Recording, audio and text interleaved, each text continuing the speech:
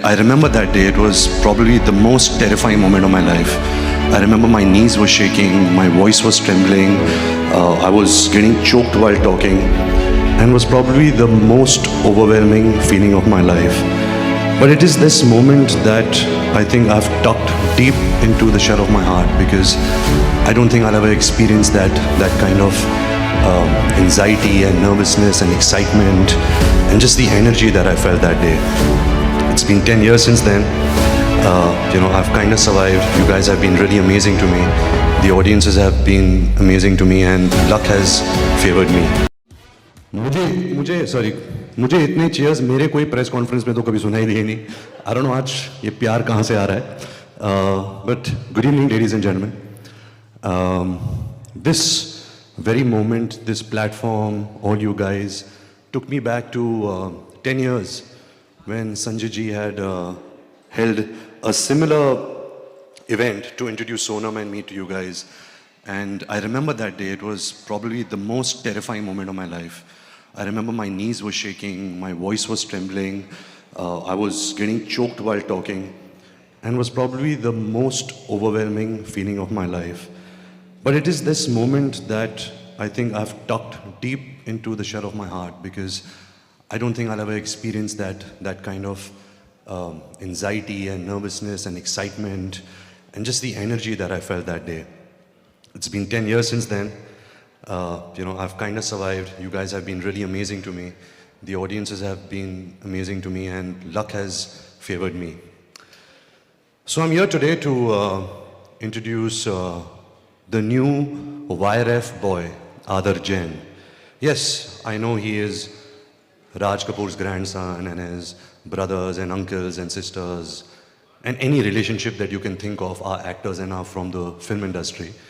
But I will try and give him an identity of his own today.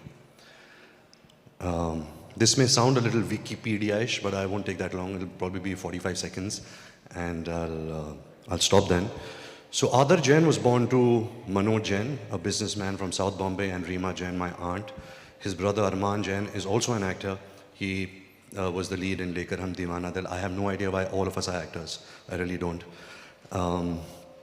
When he was 3 or 4 years old, he got obsessed with me, Aadar. He used to say, Ranbir Bhaiya, Ranbir Bhaiya, Ranbir Bhaiya. That's all he used to say. He had this funny lisp, he used to say, Jinza, Ranbir Bhaiya, and all of that. I bought him his first football shoes, made him interested in the game of football, and today he's way better than me, which kind of annoys me also. When he grew older, he became a fantastic musician. He could play the drums, he could strum the guitar, he could play the piano, he could sing, and that was quite something. I was quite amazed that, a boy of such young talent is blessed with this talent. He grew older, he went to New York Film Academy, did a course in direction, did a course in acting. I've seen some of his stuff, and it was pretty damn good. I was pretty impressed, but still, I was skeptical. He's probably coming into the movies because of his family, because he thinks there's fame and money, and it's pretty easy, and, he doesn't want to join his father's business. And I had all these varied thoughts in my head. Then he came back, he assisted on Happy New Year with Farah Khan and Karan Johar on Dil Hai Mushkil.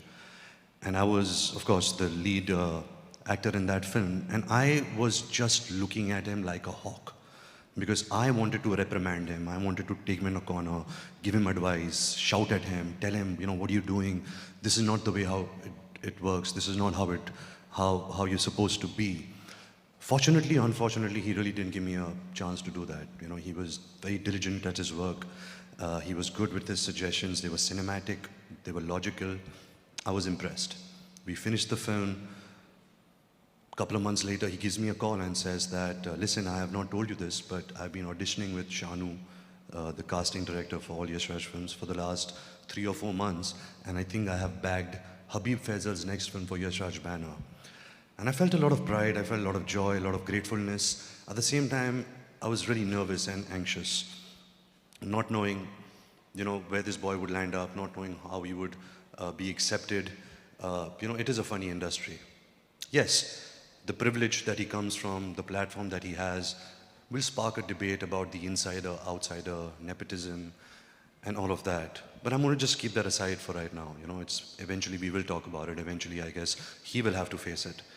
But I just want to tell both these kids, that the odds are pretty much the same. There is no shortcut. There is no formula. There are highs and lows. There's a lot of passion, a lot of sacrifice, a lot of hard work. You have to give a lot to get love. You have to give a lot to get acceptance. You have to be honest to your craft. You can't take it for granted. And like I said, there will be highs and lows in this game, but it's not about that. It's about how you play the game. And I hope that both these young kids play it to the best of their ability. I'm just going to take 30 seconds and show you guys something. When my first film, Savarya, released, there is a gentleman called B.S. Sodhi from Haryana. He sent me this, which has become my most prized possession. It's by my bedside table, and it's probably become the mantra of my life. It's an autograph that my grandfather had signed on 19th March 1950, which says, "Humility is the greatest virtue of an artist. Ever yours, smiley face, Raj Kapoor." So I hope both these kids can stay humble. I hope both these kids can keep their head down and their spirits up.